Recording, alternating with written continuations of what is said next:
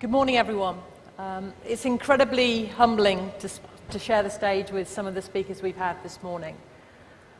Over the next half an hour, what I want to do is give a slightly different angle in terms of a big company like ourselves, Coca-Cola, but how we've internalized the development goals, particularly in the world of diversity and economic empowerment.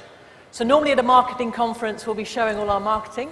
What we're showing today is how we've diverted our company to actually developing against these two agendas.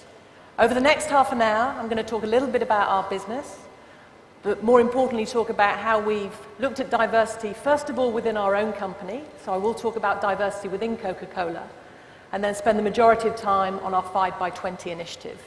5x20 stands for Economically Empowering 5 Million Women by 2020, and I'll talk more about that.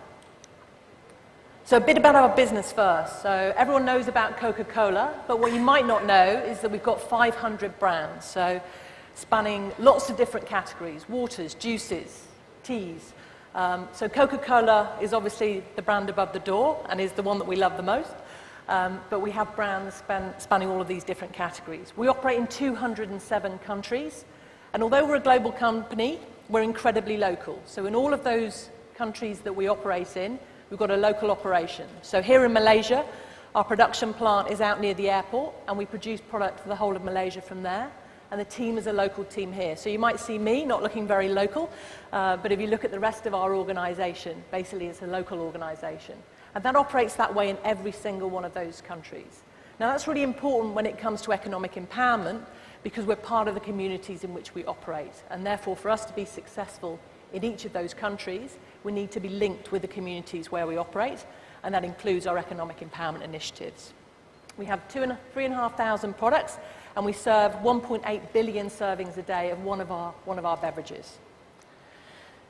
So in terms of Coca-Cola, our mission is to refresh the world. You would expect that from a beverage company. To inspire optimism and happiness, that's what the Coca-Cola brand stands for. But what we probably don't talk as much about is our value in terms of making a difference. And any company now, as they self-reflect, as any people working for a big company looks at, is can I make a difference in the way that I operate? And hopefully I can give a little bit of a window in today in some of the areas that we're focusing in this regard. We think of our business through three pillars: me, we, and the world. So me being about personal well-being, that's about the beverages that we offer, the choice we offer, giving nutritional information and labeling, and also how we treat our own individuals within our organization. We is how we operate with communities. So say if you're a local business in 207 countries, you need to be truly local, and you're only as healthy as the communities in which you serve. So that's critically important to our business. And then in terms of the world, we also focus heavily on environmental initiatives. Again, not a topic to discuss today, but we have initiatives in each of those countries in relation to water and also recycling. So looking at environmental initiatives as well. In terms of today, I want to talk about the Global Women's Initiative. Now on this topic, I'm actually going to start on the journey we've been in our own company. So actually, back in 2007, we looked at our own organization and realized that actually within our own organization, we don't have that many women. So if you start with the millennial goals of both diversity and empowerment, when we looked at our own organization, we weren't as diverse as the communities in which we serve. So that's been a real focus in terms of economic empowerment, of diversity within an organization. And then the second pillar is in terms of economic empowerment. That whole piece is housed under what we call the Global Women's Initiative. So what I'll do is pass over to our chairman to talk via video on how we see that whole initiative. So that spans basically diversity with our own business, economic empowerment, and also our focus on the foundation.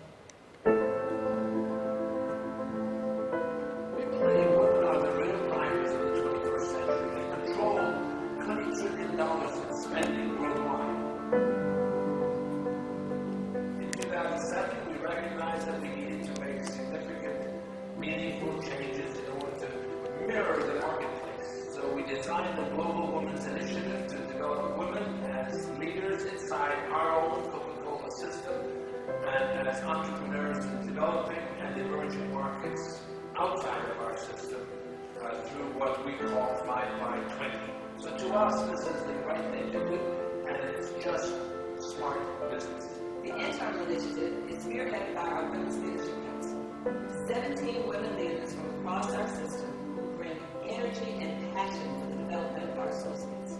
I truly believe that we can do some things with women at the more senior levels, but the real power is the women at the playground. Internally, our pillars are to recruit, to develop, to advance, and to retain, which we accomplish through assessment and development programs in our Women in Leadership program. We actually go into the marketplace, we hold panel discussions, and we talk one-on-one with our associates. And we've really learned what works with women across different cultures and different experiences. In fact, we've increased the hiring of women at senior level positions, and we've more than doubled the female representation in our key assessment and development programs. That's something that we're really proud of. I'm definitely proof that our Women in Leadership program works. So we call boot camp for executive training to help you chart your path in the company.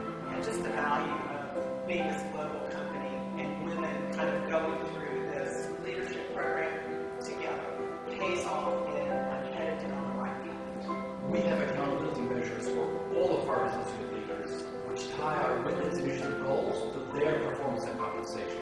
That's an important piece of our strategy. Since 2007, globally, we've grown women's senior leaders from 23% to more than 30%. At senior levels, our Pacific Group is up from 14% to 25%. Eurasia Africa has gone from 18 to 28%. And Latin America has grown from 11 to 20%. And the development and growth of our pipeline female talent is just as impressive. We developed the Global Women's Initiative for workplace, marketplace, and the community. We have contributed more than $7 million and immeasurable human hours to global organizations that develop and serve women. We saw the opportunity to economically empower women in the marketplace. That's how 5x20 was created. These women entrepreneurs are farmers, distributors, retailers, recyclers, artisans. We teach them business skills and give them resources to grow their businesses. That builds communities and economies. Already there are 5x20 programs active in 12 leading countries, and we're on track to empower 5 million entrepreneurs by 2020. Ultimately, we believe the multiplier effect of the people. We will be expanding opportunities, strengthening values, building communities, one woman at a time, all across the globe.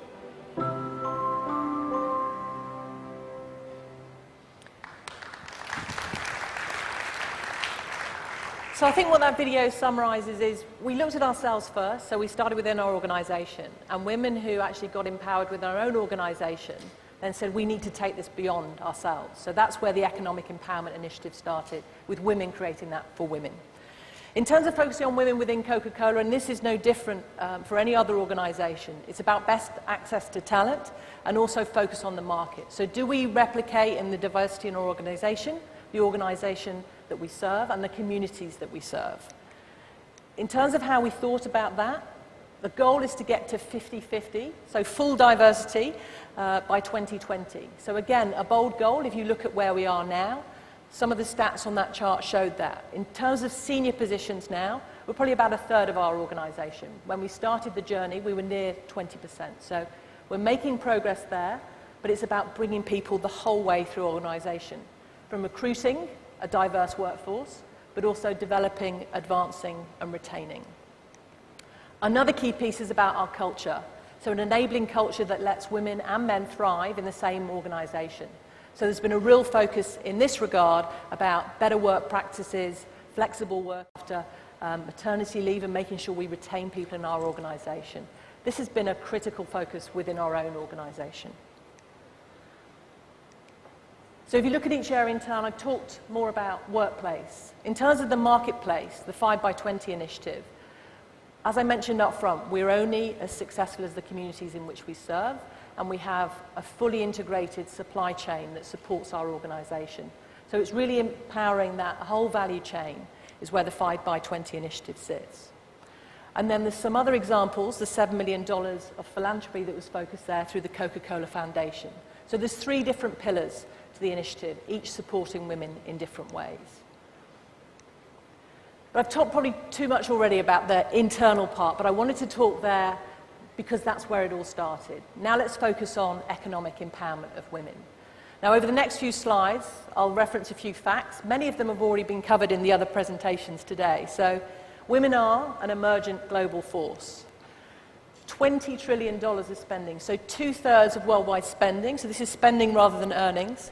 So in terms of spending, so that's more powerful than China, the US, and India combined. So an incredible spending force in terms of what women control. In terms of work, paid work that they do, however, it's 66% of the work, but as was mentioned earlier in presentations, only earning 10% of the income. So there's an incredible disparity between the 10% of the income, the work that we do, and the spending that we have. So we need to fix for that disparity. Invest in women, and again, it's a recurring theme of every speaker so far. Invest in women, and you get an incredible return. Because women don't leave the village, women invest it back in their community. Women invest it in their family to give better education. And we've actually done many, many studies because we deal with a lot of different partners, our retailers, our distributors, and we can definitively say that women plough that money back into their communities in a way that, sorry to the men in the audience, you just don't. So when we invest in women, we believe we can make an incredible difference. And that's where this economic empowerment initiative started. When we look at our business, and we think about the people who sell Coca-Cola, so the shops that you might see in any city, 50 to 70% of the people who run those businesses are women. We know that already. In the case of Philippines, which was one of the pilot markets, 86% of all sari-sari or small store owners were actually women. So that's where this initiative started out, because we realized by helping those women build their business, we were having much broader economic impacts beyond our business. So that's where this initiative came from. 5 million women entrepreneurs economically empowered by 2020. And in terms of our CEO, Muhtar Kent, who you saw on the screen earlier, we made that commitment at the Clinton Globals Initiative back in 2010, and that's when our journey started. So we're still early on that journey. We're still finding partners to work with. So although this is Coca-Cola leading the initiative, we're not trying to do that alone. We're partnering with governments, we're partnering with microfinance, we're partnering with training. And we have to find those partners in all 207 countries in which we operate. So what I'll touch on now is some of the pilots that we're running and some of the early results. But this is a new initiative for us, and we're very keen to partner with people in each of those countries to develop this initiative going forward. So let me show a video that sums up what it's all about.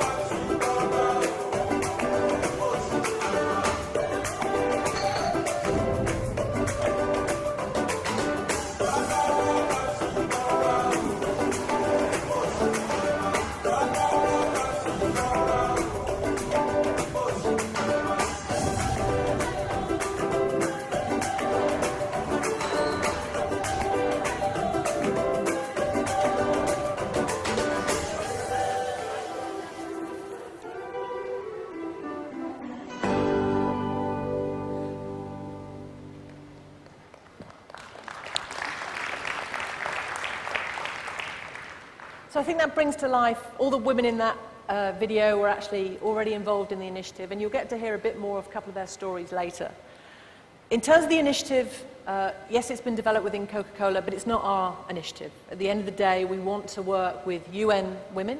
We're working with the Bill and Melinda Gates Foundation. And as I mentioned before, we're forming strategic partnerships in every country in which we operate.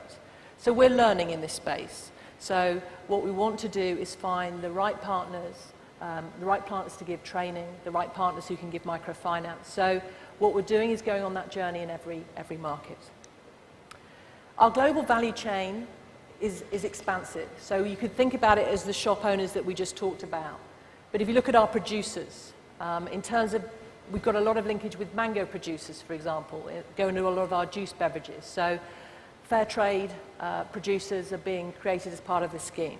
Suppliers, anything from any of our ingredients, our packaging, critical in terms of the overall value chain. We can drive economic empowerment there. Distributors, in many areas we're in more remote areas, and a lot of our great distributors are actually women.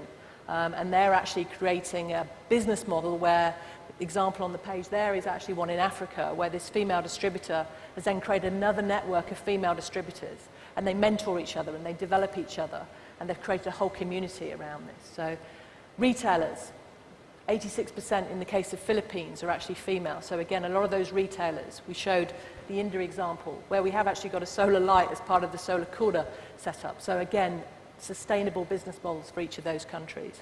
Recyclers, so obviously our packaging, we want to make sure we recycle it. A lot of people gather that. It's got a lot of economic value. So in many places, women are the recyclers in that market. And then artisans. So in many of the countries, we've got people who take the byproducts of our products. So I'm actually wearing one of those today. So I'm now wearing a ring pull necklace here, created by one of our artisans in the Philippines. So they're taking a lot of the items that we have and actually making them into beautiful jewelry, bags, and then we get to sell those as well. And then women get all of the investment from creating that amazing work. So our value chain is an extensive one, and we're seeking to empower across every single element of that value chain. 3 simple parts of the plan. First of all, business skills training, but practical business skills. This is to enable you to run a shop or run a mango farm. So it's simple business skills training, simple return on investment. Financial assets, so that's why we have microfinance partners involved. So how can you get enough to get started, but then your business should be self-sustaining. What we talk about with 5x20, it's about a hand up rather than a hand out. What we're trying to do is give enough that someone can get going, and then they need to self-sustain it. It's a bit like the example this morning of you want the community to sustain the solar lights. We want the same within this. We want people to actually grow their own business.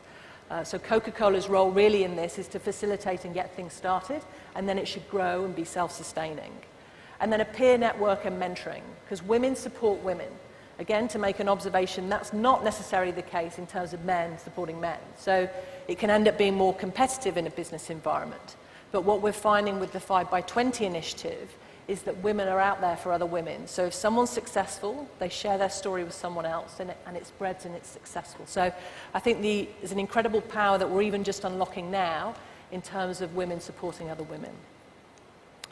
So in terms of breaking down those barriers, we're giving access to business and life skills training, access to finance and assets, and then providing this peer mentoring scheme and other mentoring schemes to make sure that we can support these women as they enter on this journey. Just shows one example.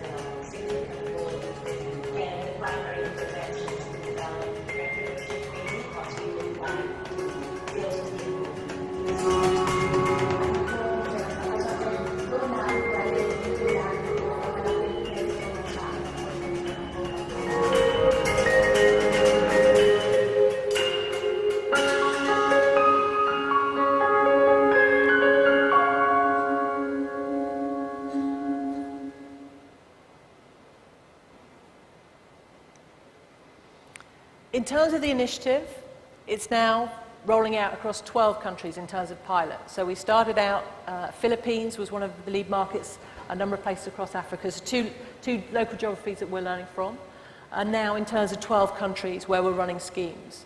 And we're actually working on the embryonic parts of that plan for Malaysia as well here, and plans for each one of those 207 countries.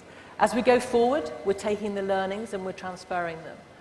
And the learnings so far are a bit like that lady talking there. People are seeing incredible, simple change to their business just by having some business skills, some access to some finance that enables them to get going, but then it's self-sustaining. They want to make this business work, and we're seeing results wherever we go.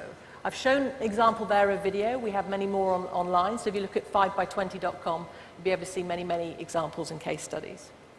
The other thing that we've just got Harvard Kennedy Business School involved, and they literally published 2 weeks ago a full case study on all the pilots that we've gone and developed so far. So that's a 48-page document. If we want to get the learnings from that, is available online. The reason for referencing this is that, yes, we're creating this initiative, but we don't want to own it. We want other companies to do the same type of initiative. So we're putting all the learnings out there that we're learning from, and hope that many other companies will follow the same route. So in terms of the women, there's many examples here. You've just seen a clip featuring one of those ladies. We've got examples on recyclers. We've got examples, as I say, on sari store owners, on distributors. So let me just show you another example. This case is from Indonesia.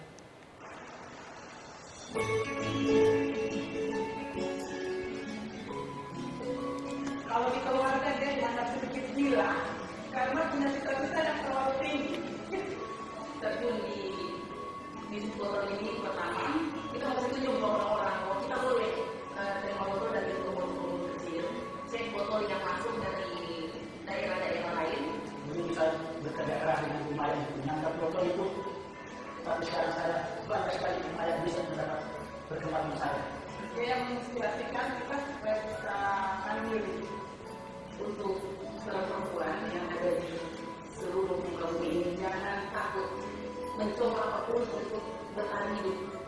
Kita bukan semua perempuan boleh kerja yang mandiri, boleh menghidup, boleh menghasilkan hidup rumah tangga, boleh menghasilkan hidup keluarga.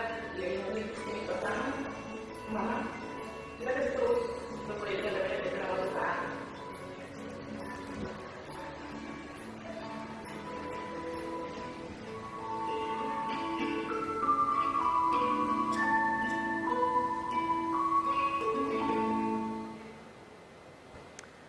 So I can talk about the initiative, but it's far better hearing it through the voice of people who are involved, and I think you can see that it's making a real difference to many of the women that we're linked with. We have an ambitious roadmap on this initiative. So where are we now in 2013? So far, economically empowering 300,000 women since the initiative started with some pilots in 2011. And as you can see, a significant ramp up all the way to 5 million by 2020. We're literally going to build that country by country at a time. And as I say, through local partnerships and development. So in each country, we're developing those local programs. They have to be in tune with the local economy, have to be in tune with the local communities. So as I say, we're developing those programs, and Malaysia is kind of live at the moment in terms of that development. So that's the initiative. It's been a pleasure sharing with you today. I would happily field any questions when we have the panel. Thank you.